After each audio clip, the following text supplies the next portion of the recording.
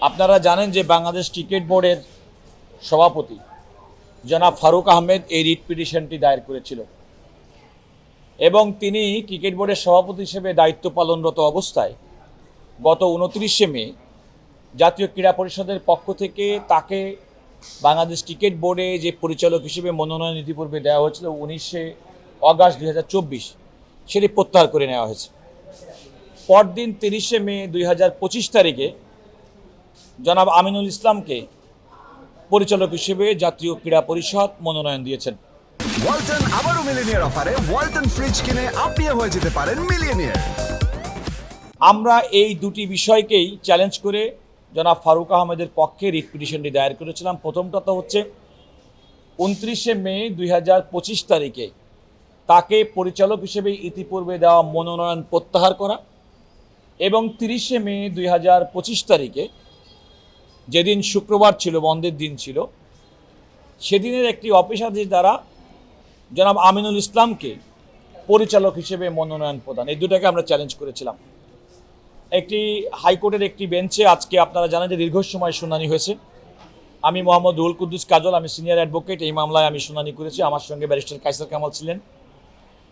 অপরদিকে জাতীয় ক্রীড়া পরিষদের পক্ষে বিজ্ঞ অ্যাটর্নি জেনারেল জনাব মোহাম্মদ আসাদুজ্জামান সহ অন্যান্য আইনজীবীরা তো উপস্থিত ছিলেন। আমরা আদালতকে যে কথাটি বলেছি সেটা হচ্ছে যে বাংলাদেশ ক্রিকেট বোর্ড শুধুমাত্র তার সংবিধি দ্বারাই পরিচালিত হয় না, আন্তর্জাতিক ক্রিকেট কাউন্সিলের সিদ্ধান্তও একইভাবে বাংলাদেশ ক্রিকেট বোর্ডের প্রতি কার্যকর। আদালতকে মূলত যেটা আমরা বলেছি যে আইসিসির বিধান অনুযায়ী কোনো সরকারি কোনো হস্তক্ষেপ এই বোর্ডের কর্মকাণ্ড পরিচালনার ক্ষেত্রে করতে পারবে না। যদি করে থাকে তাহলে এটা আইসিসির অধীনে এটাকে তারা গ্রহণযোগ্য বলে বিবেচিত হবে না, এটা মূলত। দ্বিতীয়ত আমরা বলেছি যে জনাব ফারুক আহমেদকে যে মনোনয়ন দেওয়া হয়েছিল, বাংলাদেশ ক্রিকেট বোর্ডের সংবিধানের অনুযায়ী একজন ব্যক্তিকে মনোনয়ন দেওয়ার ক্ষেত্রে জাতীয় ক্রীড়া পরিষদ দুইজনকে পরিচালক মনোনয়ন দিতে পারেন, কিন্তু আইনে এমন একজন ব্যক্তিকে তাকে শোকজ না করে তাকে বাদ দেওয়াটা এটা অবৈধ বলে আমরা আদালতের সামনে আমাদের বক্তব্য পেশ করেছি। এখানে উল্লেখযোগ্য হচ্ছে জনাব ফারুক আহমেদকে তার মনোনয়নপত্র যখন বাতিল করেছে, ওই বাতিল আদেশে দুটি বিষয় উল্লেখ করা হয়েছে। একটি হচ্ছে যে বাংলাদেশ ক্রিকেট বোর্ডের বর্তমান কমিটির 8 জন সদস্য, তাদের ভাষার সংখ্যাগরিষ্ঠরা, তারা জনাব ফারুক আহমেদের প্রতি অনাস্থা প্রকাশ করেছেন। দ্বিতীয়ত হচ্ছে তাদের বক্তব্য তারা একটা অনুসন্ধান করেছেন, একটা সত্যানুসন্ধান কমিটি, সেই কমিটি রিপোর্টের ভিত্তিতে তার মনোনয়নটা প্রত্যাহার করা হয়েছে। আমরা আদালতকে বলেছি যখন এমন কোনো অভিযোগে কোনো ব্যক্তিকে অভিযুক্ত করা হয় তাহলে আইনের শাশ্বত বাণী হচ্ছে তাকে শোকজ করতে হবে, তাকে জানতে হবে যে আপনার বিরুদ্ধে অভিযোগ আছে, আপনার কি বক্তব্য আছে। তাকে বক্তব্য, তার বিরুদ্ধে আনিত অভিযোগ খণ্ডানোর কোনো সুযোগ জনাব ফারুক আহমেদকে দেওয়া হয়নি। আরেকটি যেটাই বলেছে সেটি হচ্ছে যে দেখেন, এই পরিচালকরা নিয়োজিত হন বোর্ডের এক্সিস্টিং কাউন্সিলরের মধ্য থেকে।